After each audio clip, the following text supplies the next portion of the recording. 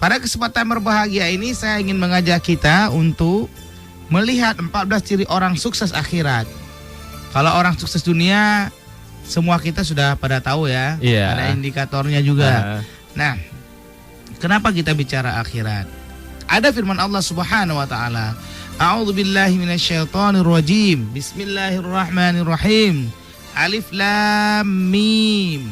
Dzalikal kitabu la raiba fihi hudal lil muttaqin alladzina yu'minuna bil ghaibi wa yuqimunas salata wa yutuz zakata. Alladzina yu'minuna bil ghaibi. Nah, yaitu orang-orang yang percaya kepada yang gaib. Allah Subhanahu wa taala menyampaikan bahwa salah satu kelebihan orang beriman itu adalah dia percaya kepada hari kiamat. Dia percaya kepada kadar baik dan kadar buruk. Dan kalau kita melihat kehidupan kita ini terdiri dari beberapa fase. Yang pertama adalah fase di alam rahim, di alam kandungan 9 bulan. Di mana di situ Allah Subhanahu wa taala bertanya kepada janin, kepada yang akan dilahirkan. Janin kita waktu di masa kandungan, Allah tanya, "Alastu bi rabbikum?" Kita menjawab, "Bala," benar, bahwa apakah aku ini Tuhanmu, Rabbmu? Benar. Nah, pada saat itu kita berjanji kepada Allah untuk mengabdi kepadanya. Kemudian kita lahir ke dunia. Fase kehidupan dari 0 umur menjadi 1 tahun, 2 tahun, 3 tahun, 4 tahun, 5 tahun, bahkan belasan tahun. Ketika kita sudah balik, mulailah amal-amal kita dipertanyakan oleh Allah dan diminta pertanggungjawaban. Nah, oleh karena itu, kalau kita kaji dalam kehidupan kita, mungkin hanya 30 sampai 40 bahkan 50 tahun kita bisa hidup. Kita ukurlah. Kita balik di posisi umur 15 tahun.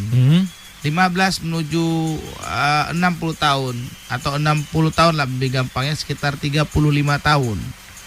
35 apa 45 ya, 15 kurang 60 berarti 1 ya sekitar 50 tahun ya. Ya, kurang lebih Ustaz. Ya, sekitar itu ya, 40 tahun kita hidup. Dan selama 40 tahun Allah mempertanyakan kehidupan kita.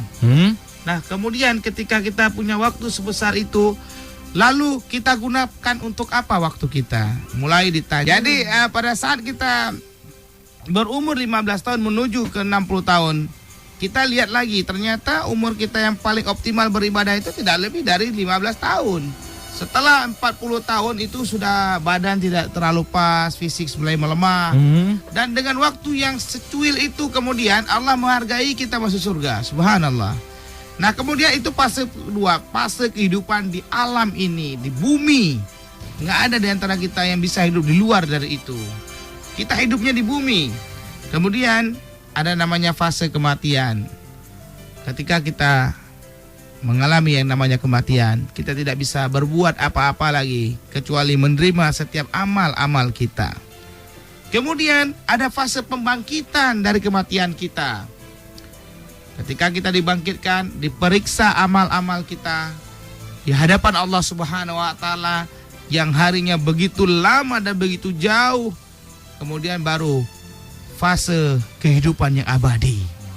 Ini yang perlu kita lihat. Masalahnya adalah sudahkah kita mensiapkan bekal-bekal akhirat kita? Allah Subhanahu wa taala berfirman, Bismillahirrahmanirrahim. Kullu nafsin dha'iqatul maut. Setiap yang bernyawa itu pasti akan mati.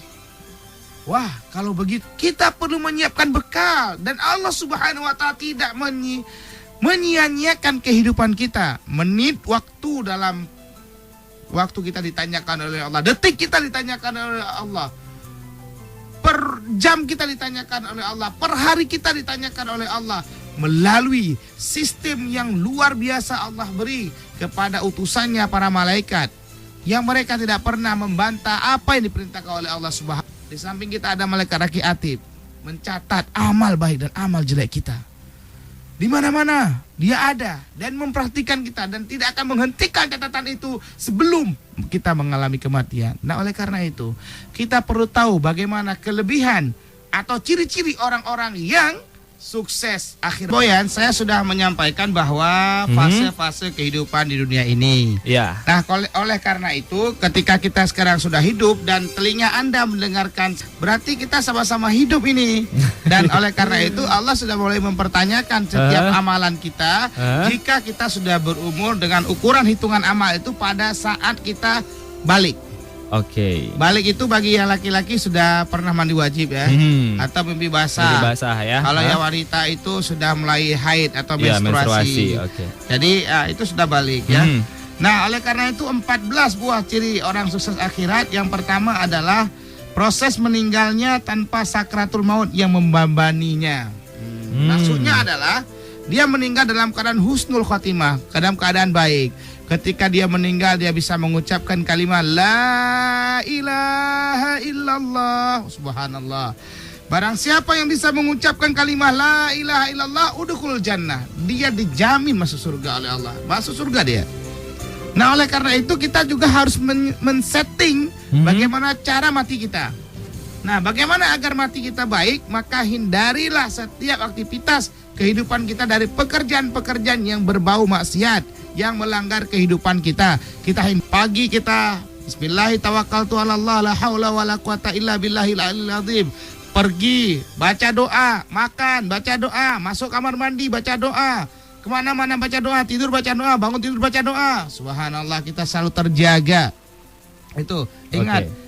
Ciri-cirinya yang pertama, proses meninggalnya tanpa sakratul maut yang membebani dia. Yang kedua adalah tidak meninggal dunia pada saat kejadian hari kiamat yang dahsyat. Jadi kita minta sama Allah Subhanahu wa taala agar kita tidak meninggal pada saat terjadinya kiamat yang dahsyat itu. Kenapa? Karena kiamat itu